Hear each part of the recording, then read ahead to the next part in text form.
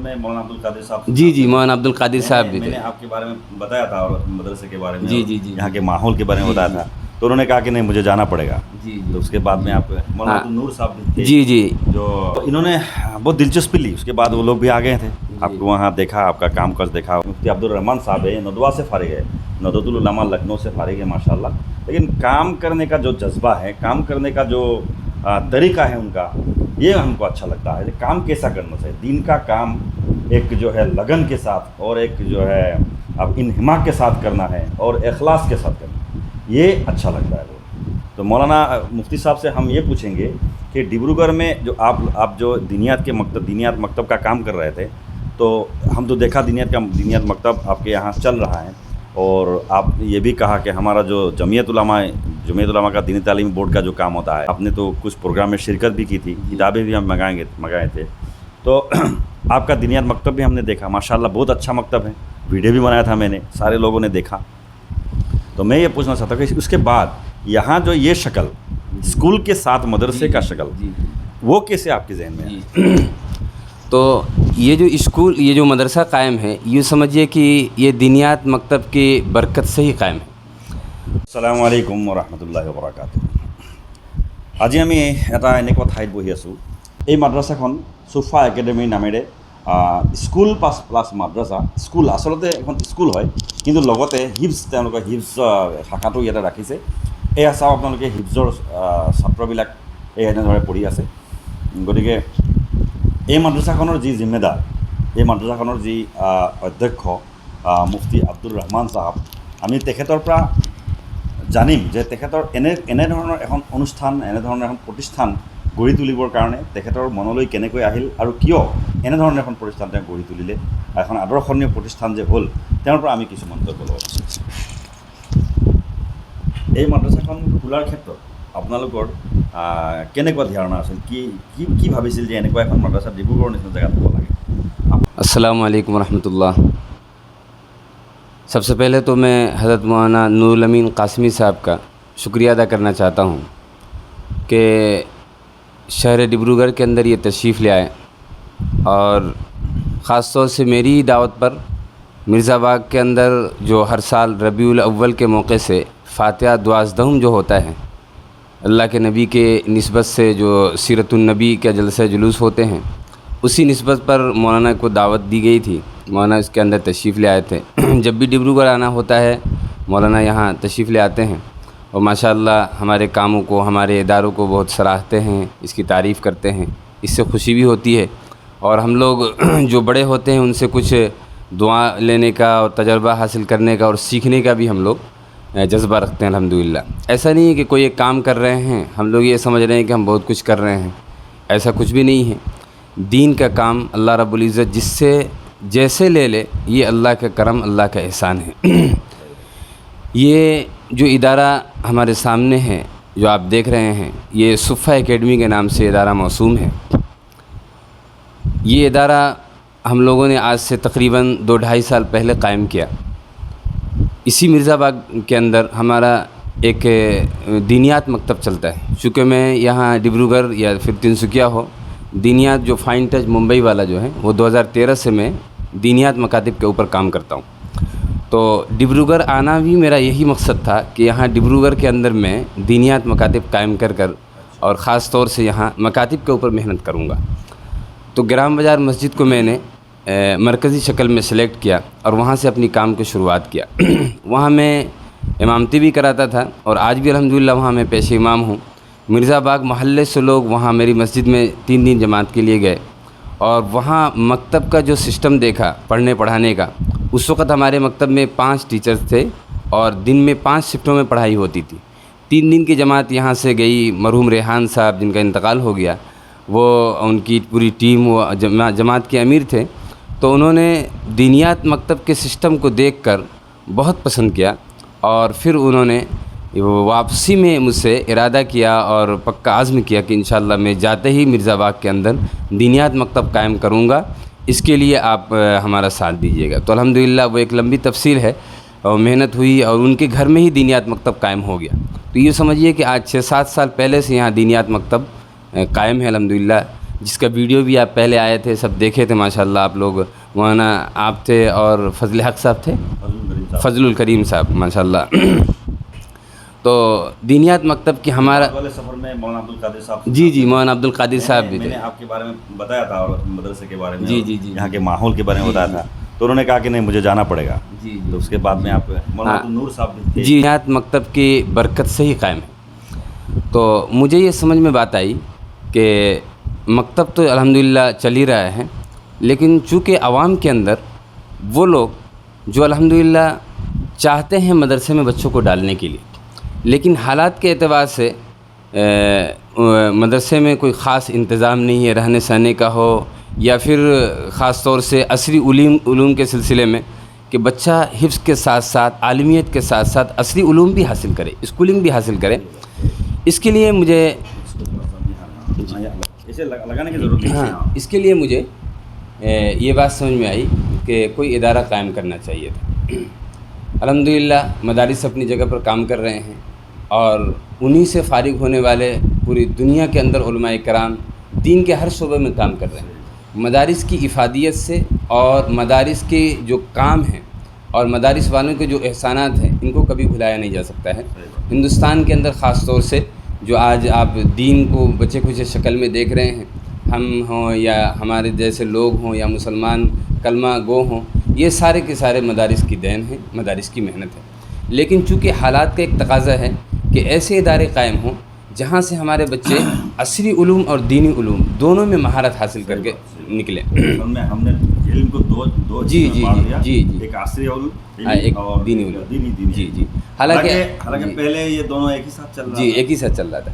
اللہ کے نبی صلی اللہ علیہ وسلم کی حیات طیبہ میں، اللہ کے نبی صلی اللہ علیہ وسلم کی سیرت میں، حدیث کے اندر، قرآن کے اندر علم کا بٹوارہ اس طرح سے کہیں نہیں ہے۔ علم نافع ہے یا علم غیر نافع۔ اللہ کے نبی نے علم نافع کو دعا کی شکل میں ہمیں بتایا، اللہم انا نسألک علما نافعا، اور پھر علم غیر نافع، اللہم انا نعوذ بک من علم لا ینفع۔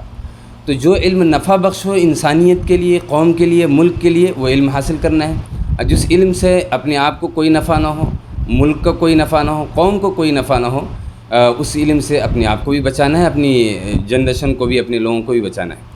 تو الحمدللہ ہم لوگوں نے مشورہ کر کے، خاص طور سے میں اور میرے ساتھ ہمارے ایک بہت ہی عزیز ہیں حاجی عبدالرزاق صاحب، جن سے میں نے آپ کو رات کو ملوایا، تو الحمدللہ اللہ رب العزت نے مجھے ایسا مخلص انسان دیا کہ میں جگہ کی تلاش میں تھا۔ جس جگہ میں مسجد میں امام ہوں، میں تقریباً 2-3 سال تک اس محلے کے اندر میں نے کوشش کیا کہ آس پاس کوئی ایسی بلڈنگ مل جائے، کوئی ایسی جگہ مل جائے، وہ بھاڑا دے کر ہی، رینٹ پر بھی مجھے مل جائے، کہ تاکہ میں اس کے اندر ایک ایسا ادارہ قائم کروں جہاں مدرسے کے ساتھ ساتھ اسکول کا بھی نظام میں قائم کر سکوں۔ لیکن وہاں ایسا نہیں ہوا۔ اللہ رب العزت سے کہا جاتا ہے نا، دیر ہے اندھیر نہیں ہے۔ جب آدمی اخلاص کے ساتھ اور محنت کرے، لگن کرے، تو اللہ لوگوں کو کھڑا کر دیتے ہیں۔ تو حاجی عبدالرزاق صاحب انہوں نے ہی مجھے پہل کیا کہ آپ اس طرح سے دینی مکاتب قائم کرتے ہیں، آپ کو میں، اور پھر آپ کی فکر بھی ہے کہ ادارہ قائم کرنے کے لیے، تو میری ایک بلڈنگ ہے، آپ وہاں چلیے، آپ جس کنڈیشن میں کہیں گے میں اس کو دینے کے لیے تیار ہوں۔ تو بہرحال وہ ایک تفصیل ہے۔ ہم لوگوں نے 2-3 سال پہلے اس بلڈنگ کو دیکھا، اور دیکھنے کے بعد یہ سمجھ میں آیا کہ اس کے اندر کنسٹرکشن کا کام ہے۔ کچھ کلاس، چونکہ یہ بھاڑا روم تھا، بھاڑے کی شکل میں اس کو دیا گیا تھا، تو اس میں کلاس روم بنانا، نماز کے لیے ہال بنانا، اسٹاف کے لیے کوارٹر بنانا، پھر یہ مدرسے کا آفس بنانا، یہ ساری چیزیں ہیں۔ تو یہ سمجھیے تقریباً 1 سال لگا، 1 سال لگا اس کو بنانے میں، اس کو کنسٹرکشن کا کام۔ جی یوں سمجھیے کہ اس کو ریفارم کیا گیا اس بلڈنگ کو، تو 1 سال لگا تقریباً۔ 1 سال کے بعد ہم لوگوں نے اس کے اندر ایڈمیشن لے کر تعلیم شروع کر دی۔ اور بچوں کو کیسے بلایا؟ ہاں، بچوں کو کیسے بلایا؟ آپ کا یہ کنسپٹ بچوں کو یا گارجنز کو کیسے بتایا؟ جی ایسا کرنا چاہتا ہوں جی، کیسے، مطلب یہ ہاں، اس سے پہلے میں جس گرام بازار مسجد میں امام ہوں، وہاں پر دینیات مکتب الحمدللہ بہت پہلے سے چلتا ہے، اور دینیات کے ہی اندر ایک مکتب کے اندر ایک شعبہ ہے، حفظ کا شعبہ، پارٹ ٹائم ہم چلاتے ہیں، کہ بچے جو مکتب اسکول میں پڑھ رہے ہیں، مکتب میں آ کر مکتب کی تعلیم کے ساتھ ساتھ الحمدللہ قرآن پاک کو بھی حفظ کر رہے ہیں وہاں بچے۔ تو اس سے پہلے وہاں حفظ کی تعلیم تھی کہ جو بچے اسکول میں جا رہے ہیں، مثال کے طور پر صبح میں اگر دیر سے اسکول ہے تو صبح 2 گھنٹہ دیتے ہیں، پھر شام کو 1.5 گھنٹہ 1 گھنٹہ دیتے ہیں، وہ حفظ کی ترتیب ہے۔ مکتب اسکول کے ساتھ ساتھ بچے مکتب میں حفظ کر لیتے، وہ ترتیب میں وہاں چلا رہا تھا. تو اور جیسے چھٹی کے دن ہے، اتوار یہ ہے کہ اسکول کے ساتھ ساتھ جی اسکول میں پڑھ رہے ہیں، مکتب میں پڑھ رہے ہیں، مکتب میں بھی حفظ کمپلیٹ ہو سکتا ہے. جی جی ہوتا یہ ہے. ایک بہت ضروری بات ہے، لوگوں کو سمجھ میں جی. لوگوں کو مطلب জাননা চাইয়ে যে মক্তব বি পড়া হ্যাঁ মক্তবও পঢ়ি আছে, স্কুলতো পঢ়ি আছে, এক্সট্ৰা কৰি হিপছ পঢ়াৰ কোনো প্ৰয়োজন নাথাকে তেওঁলোকৰ. মক্তবত পঢ়িয়ে এজন ল'ৰা হাফিজ হৈ যাব পাৰে, এইটো মানুহৰ মাজতো সোমাই যাব লাগে যে হাফিজ কাক কোৱা হয়. হাফিজ সেইজনক কোৱা হয় যিজনৰ পূৰা কোৰাণ পাক মুখস্থ থাকে. কোৰাণ পাকৰ কথা আল্লাহ তালাই কৈছে,